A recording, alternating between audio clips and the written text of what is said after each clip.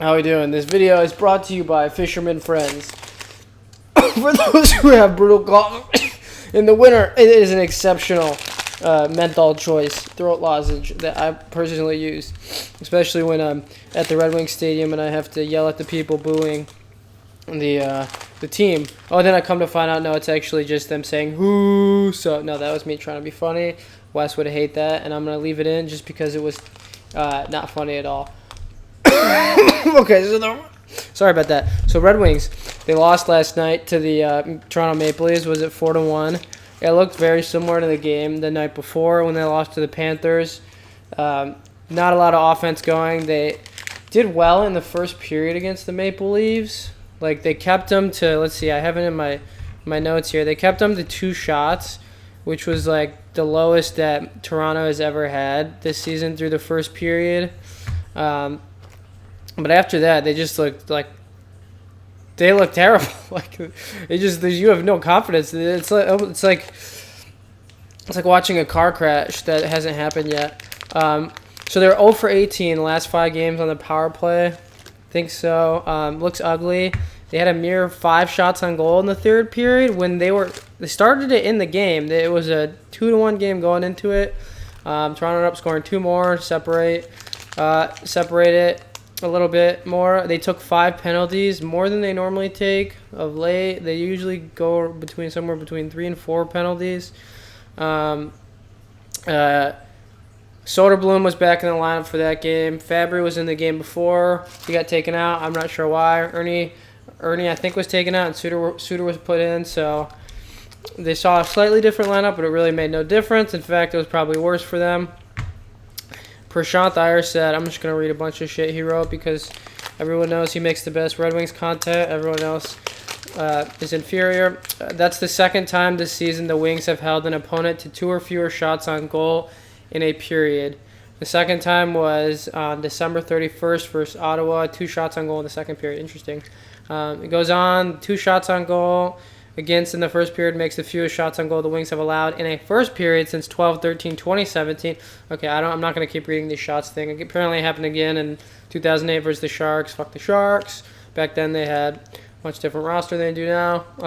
Again in 2015, CBJ, who was probably going to get Connor Bedard. How cool would that be if he was in the Eastern Conference and the Red Wings had to play them 4 times a year? Soderblom put back in the lineup. I already said that, but he only played 8 minutes. Suter played 9 minutes, so I don't know why are we putting these guys in the lineup if we're not going to be doing kind of how we did in the beginning of the season. 4 third liners were getting 12, 13 minutes. It was a lot more evenly distributed, but now we can see it's just up and down the lineup. There isn't a lot of depth, so we don't know who's going to go where. Bergeron, he's been kind of good, 6 goals, 8 assists in 24 games, so we think he's going to stay for sure. Actually, Soderblom got sent down to GR. Or he's going to be playing next to Ned and Verona. Prashant Iyer also said, since Thanksgiving break, they are very ugly. 5-10-3, goals for per game played, 2.67. Yeah, that's pretty bad. In the NHL, I think the over/under for goals total is like 6.5. So they're contributing less to the over/under total. In the last 2 games, the over/under hasn't hit, or the over hasn't hit. It was 3-2, 5 goals, and then 4 other 5 goals. I suggested someone bet the over. Lost both of them. Goals allowed per game, 3.78, 5v5. Expected goals for 45. Goals for percentage, 45.2%. I don't know exactly what that means. Power play percentage, 15.4%. Oh my God, that is terrible. PK percentage, 67.9%. Last year, their PK percentage was around 73.8 to end the year. Top of the season this year, it went up to 78%, which is not bad. You want to see yourself somewhere between 78 and 82. That's it's a decent penalty kill, but the penalty kill sucks. Like I just said, 0-18. Special teams lost them the game in Florida. Toronto only had 1 power play goal this game, and I think 4 power plays. It was Marner's goal. I think it was actually his 500th point off of a rebound that bounced behind Hellberg. Hellberg had kind of not a bad game.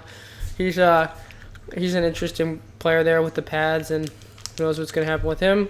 Teams might be interested coming and knocking down playoffs. Okay, so we have some questions. Save percentage hasn't been great. If we're allowing, what is it? What did I just say? I don't remember. 3.78 goals per game. Do we like Decider-Wallman pairing? Hronik and Mata. Can we see Hronik and Wallman be together? What do we think about Ben Sherratt? Prashant Iyer seems to not like him at all. He does a lot of pinches. He's a little bit too aggressive when he shouldn't be. He doesn't have the best chemistry with Mo. Wallman, however, he scored 2. He's got 3 goals so far. 2 of them have been on breakaways, believe it or not. Kid's just fun to watch. He's fast. He's kind of young. I think he was from Toronto, so good for him scoring scoring in your hometown. That's big, but there's a lot to not like recently. So let's talk about some prospects. Like, who are you most excited about? Sebastian Cossa, Simon Edvinsson, Amadeus Lombardi, Dmitry Buchelnikov, Marco Kasper. Those are the big names. Sebastian Cossa's season hasn't been great this year. AHL, he's played 3 games, 5.57 goals allowed, .783 save percentage. That doesn't tell the whole story. I don't actually know how good GR is. I don't watch any of the games. I don't follow any of their stats. I don't really care about the AHL. I already spend way too much time following the NHL. In 21 ECHL games, goals allowed is a lot better.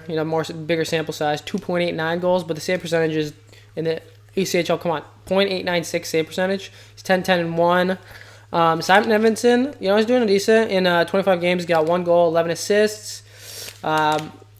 Ammo for 30, playing for the Flint Firebirds, I think. Ammo, of course, Amadeus, Mozart, Lombardi. 36 games, 23 goals, 26 assists, 49 points. He's projected to go 43, 49, and 92 in like 60, 62, 68 games. I forget exactly how many. Dmitry Buchelnikov, the Russian, who knows if he's going to be able to come over at some point because of the politics, global politics. KHL, he's played 29 games, 3 goals, 3 assists, 6 points. In the VHL, I don't really know the distinguishments between the leagues in Russia. Leave a comment if you do, if you're Russian. I figured out what Fonk is on the way to Detroit to watch the game. PHONK. 35 games in the VHL, 21 goals, 16 assists, 37 points. So what the Red Wings are missing is, I'll let you fill in the blank. Sniper, yeah, that's right. They need a goal scorer. They can't score goals, guys. The games are terrible to watch because who's going to score a goal? We don't know. Is it going to be someone? Is it going to be Mickey Redmond? He's too busy teaching us how to light fires to come and save the Red Wings from losing by 2-3 goals every fucking game. Who else are you excited about? There's some other prospects out there like Carter Mazer. We saw what he did in the World Junior Championships last year. Right now, he's playing for Denver. 22 games. He's got 16 goals, 6 assists, 22 points, 14 PIMs. He's missing a tooth. He could be Bertuzzi's replacement, honestly. If Bertuzzi doesn't end up, being a fit, gets traded, who knows what's going to happen. He's actually expected back in about a week. Same with, there's one other player, maybe it'll come to my mind. And then there's William Olinder in the SHL, still playing at Rogula, 32 games, 5 goals, 15 assists, 20 points. That's actually pretty good for a defenseman. Albert Johansson back in GR, another Swede. We love the Swedes. 31 games, 1 goal, 4 assists, 5 points. We're not expecting points out of him. He could be a very beautiful third pairing defenseman. Maybe he'll replace Lindstrom. Honestly, I don't know if he's left-handed or right-handed, but he's a great skater. Kind of reminds me of Jamie Drysdale. Cross Hannes, you can think about him too. 7 goals, 20 games, 7 goals, 5 assists, 12 points. 16 penalty minutes. So he's an average-sized player, probably bottom half of the lineup, probably closer to 10, 11, 12 spot. We need a sniper. I don't know who it's going to be. I took the time because, why not, to look up some people who we could potentially get. Is this recording? Yeah, it's still recording. Oh, 9 minutes in. So Red Wings right now I have the 9th best odds, I think, in the lottery standings. They're really close to being caught by Philly, Vancouver, and Montreal. They're probably going to lose their next 3 out of their 4 games because they got to play Toronto again, Winnipeg, and they play a bubble team, maybe even a lower tier team, and then they got to play Vegas. So they've lost, what is it, 5 straight or something? It's been ugly hockey. So some names that have SN through around are some homie named Kobe Barlow. He's a right winger for the Owen Sound. I have in 32 games, he has 24 goals, 21 assists, and 25 points. And then some other dude named Riley Height for Prince George Cougars. SN says he doesn't get enough credit for his ability to shoot the pucks. We'd like to see that. Ranked at 15. Colby Barlow is ranked at 10, so potential players Red Wings can get. Some dude named Colin Zeimer. He's ranked at 23. Plays with a power forward mentality and an elite shooter. We don't really need a power forward. We need a sniper. I saw another guy named Gabe Perreault for the USDP on 33 games. US NDTP, 33 games, he has 26 goals, 36 points, 36 assists rather for 62 points. Yeah, that math worked. 33 games, 26 goals, 36 points.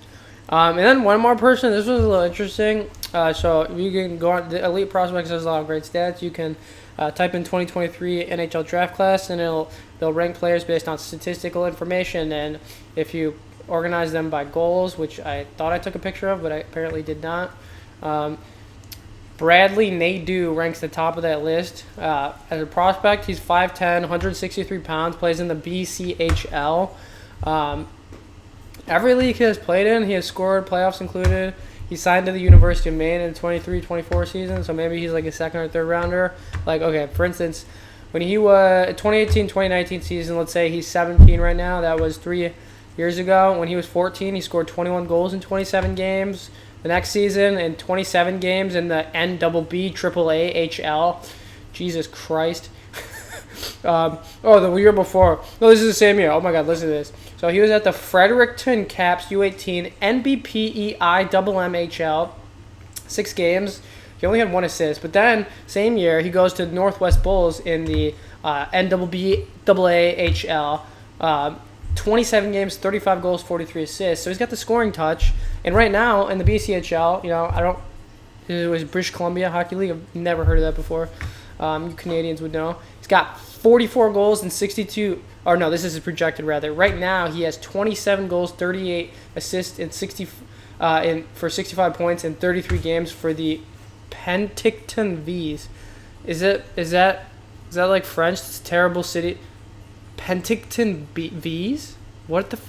Did they misspell that? Is it supposed to be bees? I don't know, but yeah, Red Wings been kind of depressing to watch lately. A lot of people agree. The most exciting thing in hockey right now is the little man playing in Regina.